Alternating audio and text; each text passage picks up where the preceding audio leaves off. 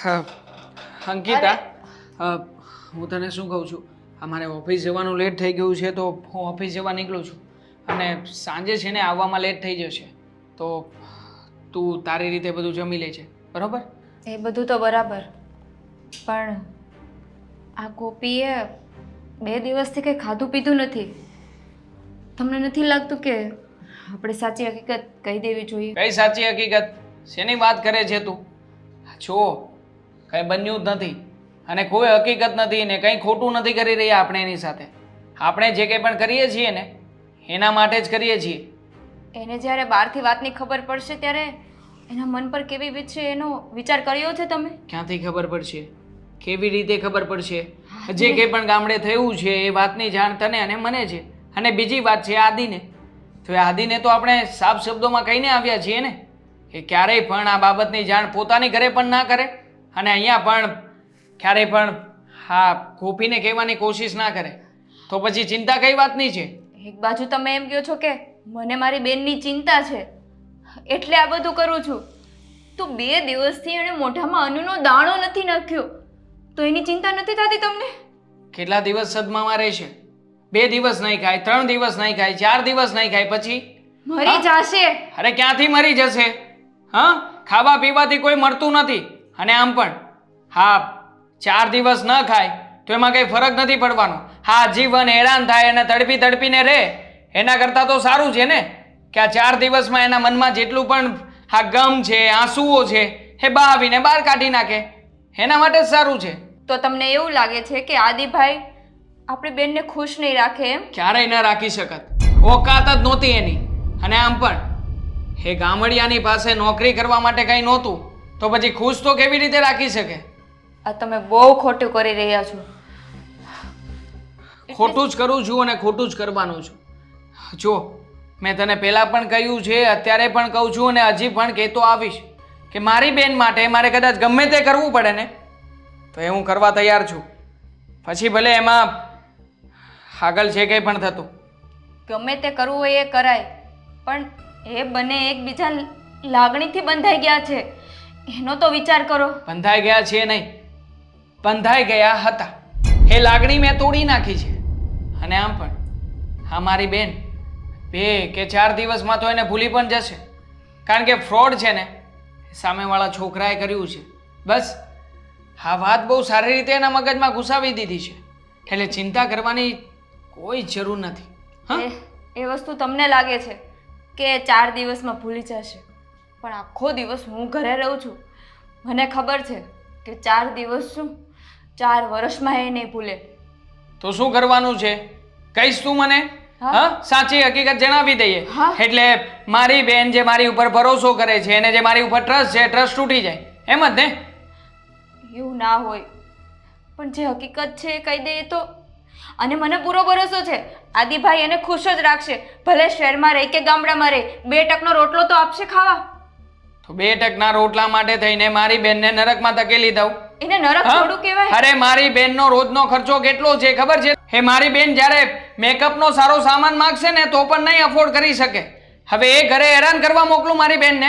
તમને કીધું તું ને એણે કે એને જે પરિસ્થિતિમાં રાખશે એ પરિસ્થિતિમાં એ રહી લેશે. પણ એડજસ્ટ કરીને રહેવું પડશે ને. અને હું નથી ઈચ્છતો કે મારી બેન કોઈ પણ જગ્યાએ એડજસ્ટ કરીને રહે. દુનિયાના કોઈ ભાઈ એવું નથી ઈચ્છતા કે પોતાની બેન એડજસ્ટ કરીને રહે, પણ પરિસ્થિતિ એવી હોય ને એટલે બધી બહેનોને રહેવું પડે. હા તો ધીમે ધીમે બોલ ને. શું કામ મોટા અવાજે આ બધો દેકારો કરી રહી છે? કારણ કે તમને ધીમે ધીમે બોલીએ ને તો કાંઈ સમજ નથી પડતી. છક જાહેર કરવું છે ને તારે? કોઈ કામ કર ને, માઇક લઈ આવ અને જોર જોરથી બૂમો પાડી પાડીને બોલવાનું ચાલુ કરી દે એટલે મારી ઇજ્જત જતી હોય તો ભલે જતી રહે.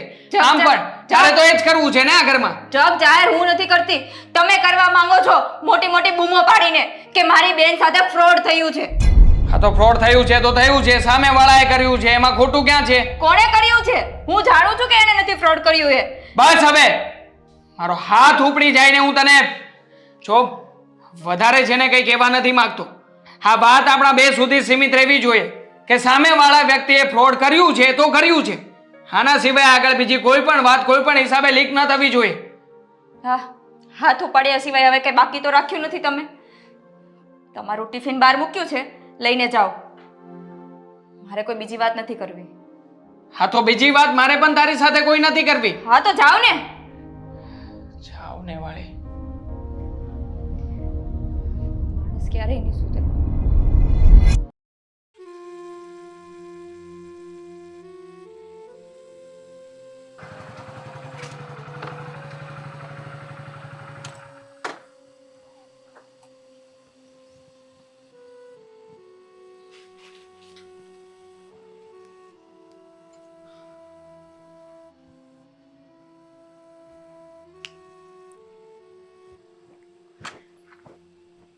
ગોપી,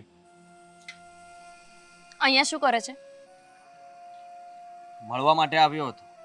અચ્છા, જોવા માટે કે હું જીવું છું, મરી ગઈ, બીજા કોઈ સાથે મારું નક્કી થઈ ગયું કે નહીં. થઈ ગયું હોય તો ત્યાં પણ સગાઈ તોડાવું, હે ને? જો, કોઈ કોઈના વગર મરી નથી જતું. બધા પોતાની લાઈફમાં જીવવા જ માંગતા હોય છે. હા, કોઈ કોઈ વગર મરી નથી જતું, પણ જીવતા જીવ તો મરે જ છે ને. જીવતી લાશ તો બને જ છે. હા, એવું તો હું પણ કહી શકું ને. તું જે ઈચ્છતી હતી, તને જે ગમતું હતું એ જ તે કર્યું ને. છેલ્લા કેટલાય દિવસથી અહીંયા આવીને ઊભો રહું છું કે એકવાર તને મળી જાઉં, તારી સાથે વાત કરી લઉં. હો, જોવા માટે કે મેં સગાઈ તોડી, એના પછી આની કેટલી બદનામી થઈ, આસપાસના લોકો શું વાતો કરે છે, મારા ફ્રેન્ડ્સ લોકો તમને મળે તો તમે એને પૂછી શકો, હે ને? બદનામી તો અમારા ગામડામાં થાય છે. કેમ? ગામડાવાળા લોકોને જ ઇજ્જત હોય છે? શહેરના લોકોમાં ઇજ્જત નથી હોતી? તમને લોકોને કોઈ ફરક નથી પડતો. તમારા માટે સગાઈ એટલે એક રમત વસ્તુ છે. એ તારા માટે હતી, મારા માટે નહીં. અને રહી બીજી વાત, તો મારે તારી સાથે કોઈ વાત જ નથી કરવી, કેમ કે તું વાત કરવાને લાયક જ નથી. અને મહેરબાની કરીને શક્ય હોય ને તો આ સોસાયટી મારી તો નથી, પણ છતાં એવું કહું છું કે આ સોસાયટીમાં ન આવે ને તો સારું. મારે ન તારું આ મોઢું જોવું કે ન દેખું ઝેર પીવું. હા, આજ પછી ક્યારે તારી સોસાયટીમાં પગ નહીં મૂકું, કે નહીં તો તારું મોઢું જોઉં. આભાર તારો. ના આવે ને તો જ સારું. મારી વાત સાંભળી લે. શું છે? એ જ કે તું મારી જેવા સાથે વાત કરવા નથી માંગતી ને, કારણ કે હવે હું ગામડે રહેવાનો છું. તને તો શહેરમાં રહેતા હોય એ લોકો સાથે જ વાત કરવી ગમતી હશે ને. વાહ, મને તું ગામડામાં રહે ને એની સામે પ્રોબ્લેમ નથી, પણ મને તું મારી સાથે સગાઈ કર્યા પછી પણ ગામડાની છોકરી સાથે સંબંધ રાખે, એ છોકરીને પ્રેમ કરે ને એની સાથે તકલીફ છે. શું બોલે છે તું? વધારે નાટક નહીં કર. મને મારા ભાઈએ બધી જ સાચી હકીકત કહી દીધી છે. બધું કહી દીધું છે કે તું કોઈ બીજી ગામડાની છોકરીને પ્રેમ કરતો હતો. મને એક વાતનો જવાબ દે કે જ્યારે તું બીજી છોકરીને પ્રેમ કરતો હતો તો મારી સાથે શું હતું? મારી સાથે સગાઈ કરી જ શું કામ? ખાલી તારી મમ્મીને રાજી રાખવા માટે, તારા મમ્મીને એવો દિલાસો દેવા માટે કે મમ્મી તું જ્યાં કહે છે ને ત્યાં હું લગ્ન કરું છું. આવા ખોટા દિલાસા મમ્મીને દેવા માટે થઈને તે મારો ઉપયોગ કર્યો, મારી જિંદગી બગાડવાની ટ્રાય કરી. ઉપયોગ તો તમે ભાઈ બેને મારો કર્યો છે. સાચું કહું તો તારો ભાઈ જ મને કહેતો હતો કે તને ગામડાનો છોકરો નથી ગમતો, શહેરમાં રહેતો હોય એ છોકરા સાથે તું રહેવા માંગે છે, એની સાથે જ લગ્ન કરવા માંગે છે. તો એ સાચો કે તું? બસ આદિત્ય, મારા ભાઈને ખોટી રીતે બદનામ ના કરતો. મારો ભાઈ ક્યારેય ખોટું ના બોલી શકે. માનું કે એ જિદ્દી છે, એનો સ્વભાવ જિદ્દી છે, જે ધારે ને એ જ કરે. મારી ઈચ્છા નહોતી કે તને ગામડે મળવા આવે, છતાંય આવ્યો. એની સામે મને કોઈ વાંધો નથી. હા, તો સાંભળી લે મારી વાત. જેવી રીતે તું તારા ભાઈને ખોટો પાડવા નથી માંગતી ને, એવી રીતે હું મારી જાતને પણ ખોટી નહીં પડવા દઉં. એટલું યાદ રાખજે. તું ખોટો જ છે. નથી ખોટો. તો પાડવાની જરૂર જ નથી મારે. કોઈને પ્રેમ નહોતો કરતો, અને સગાઈ થઈ ગયા પછી મેં કોઈ દિવસ કોઈ છોકરી સામે જોયું પણ નથી, અને કોઈ દિવસ ખોટો વિચાર પણ નથી કર્યો. ફક્ત હું તને જ પામવા માંગતો હતો ને તારી સાથે જ રહેવા માંગતો હતો. હા, અમારી પરિસ્થિતિ જરાક અલગ હતી કે મારે મારા બાનું ધ્યાન રાખવા માટે ગામડે રહેવું પડે એમ છે, કારણ કે નથી એમનું કોઈ. જરાક તો વિચાર કરો કે મારા પરિવારમાં કોઈ હોત ને તો કદાચ હું બાને અહીંયા લઈ આવત, અથવા મારા પરિવારવાળા ત્યાં જઈને બાની સેવા કરત. પણ મારા બાનું કોઈ નથી, ફક્ત હું છું. અને જો આવા સમયે હું એમને છોડીને અહીંયા શહેરમાં રહેવા વહી આવું, એ પણ આપણા લગ્ન માટે થઈને, બિલકુલ નહીં. મેં એટલા માટે વિચાર કર્યો કે હું હંમેશા ગામડે રહીશ. મેં ક્યારેય એવું નહોતું વિચાર્યું કે તમે લોકો આવું વિચારશો. તો તારે કોઈ ગામડાની છોકરી સાથે પ્રેમ જ નહોતો? મતલબ તું મને જ પ્રેમ કરતો હતો? તો પછી આ સગાઈ તોડવાની વાત કેમ કરી? શું કરવાને મારી સાથે સંબંધ પૂરા કર્યા? મેં તને ક્યારેય ગામડે જતા રોક્યો છે? તારી મમ્મીની સેવા કરતા રોક્યો છે? અરે તારી શું એ તો એક વહુ તરીકે મારી પણ ફરજ છે કે તારા મમ્મીની તબિયત સારી ના હોય તો હું એમની સેવા કરું.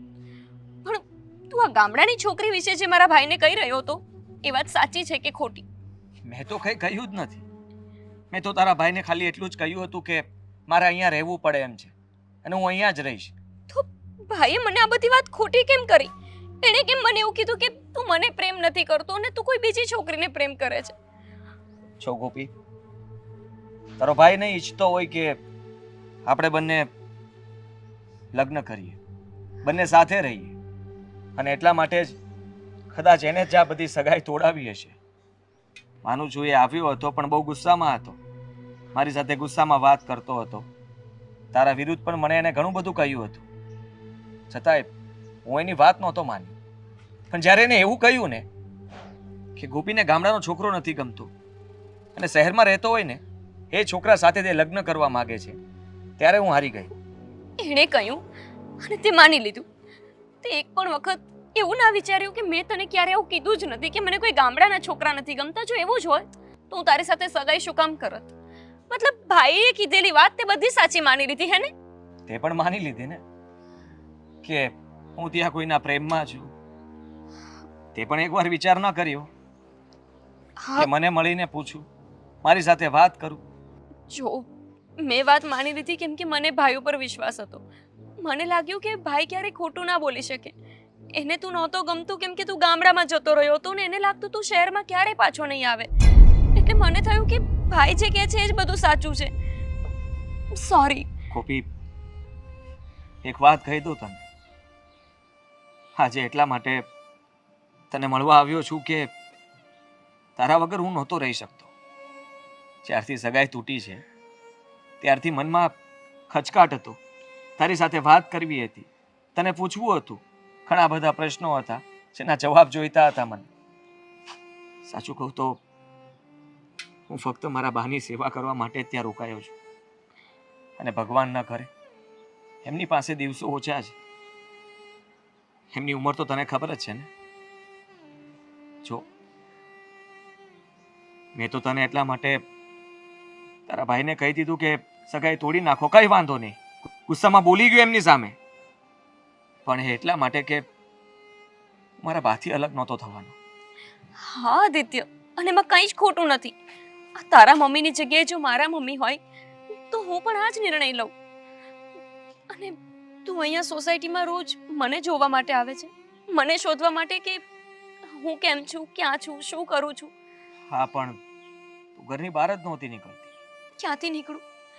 હું એટલી બધી ડિપ્રેશનમાં જતી રહી હતી ને આ બધું જોઈને કે હું જેને આટલો બધો પ્રેમ કરતી હતી, આટલો લગાવ થઈ ગયો હતો, એ માણસ મારી જિંદગીમાંથી આમ અચાનક જ જતો રહે તો એ કેવી રીતે સહન થાય?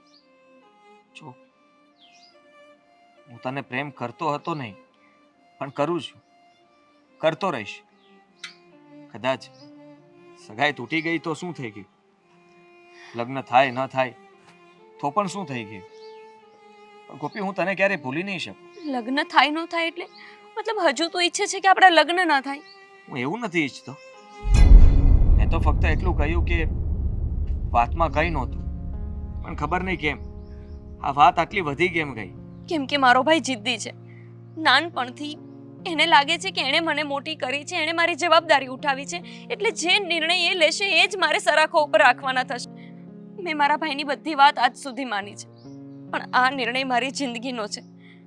અને મારો નિર્ણય એ જ છે કે જો હું કોઈ સાથે લગ્ન કરીશ તો એ ખાલી તારી સાથે. અને એટલે જ અત્યારે જ તે મને તારી સાથે ગામડે લઈ જા. શું? હા આદિત્ય, હવે મારે મારા ભાઈના જવાબની રાહ નથી જોવી, એ કેમ નથી કરવું. શું મળ્યું એ કરીને? મેં મારી જાતને દુખી કરી, તને દુખી કરી, તારી બાને દુખી કરી. સારું છે આ તારા બા બીમાર છે અને આ બધું સાંભળીને એમને કંઈ થઈ જાત તો હું તો આખી જિંદગી પોતાને માફ ન કરી શકત ને. તો હું પણ માફ ન કરી શકત તમને લોકોને. મેં એમને વાત જ નહોતી કરી. અને સમાધાન માટે કોઈ બીજાને પણ કેવી રીતે અહીંયા મોકલું? હું ઈચ્છતો હતો કે તારી સાથે વાત કરીને વાતને પૂરી કરું, પણ તને મળીને મને તો ફાયદો જ થયો ને. હા, આપણા બંને વચ્ચે તો કંઈ નથી, છતાંય આ મનભેદ કરવામાં આવ્યો હતો. માફ કરજે ગોપી, બસ હવે માફી માંગીને મને શરમાવાની જરૂર નથી. હવે જઈએ બા પાસે. હા જઈએ, પણ તારો ભાઈ? હજુ ભાઈ? મારે ભાઈ સાથે કોઈ વાત નથી કરવી. મેં કીધું ને, બાના આશીર્વાદ લઈને આજે જ મંદિરમાં લગ્ન કરશું. બસ. તો ઠીક છે ને, હું તો તૈયાર જ છું. હું તો બસ તારી રાહ જોતો હતો. તે મને આટલી હિંમત આપી તો પછી હું કોઈનાથી ડરતો નથી. ચાલ ગોપી, બેસ ગાડીમાં.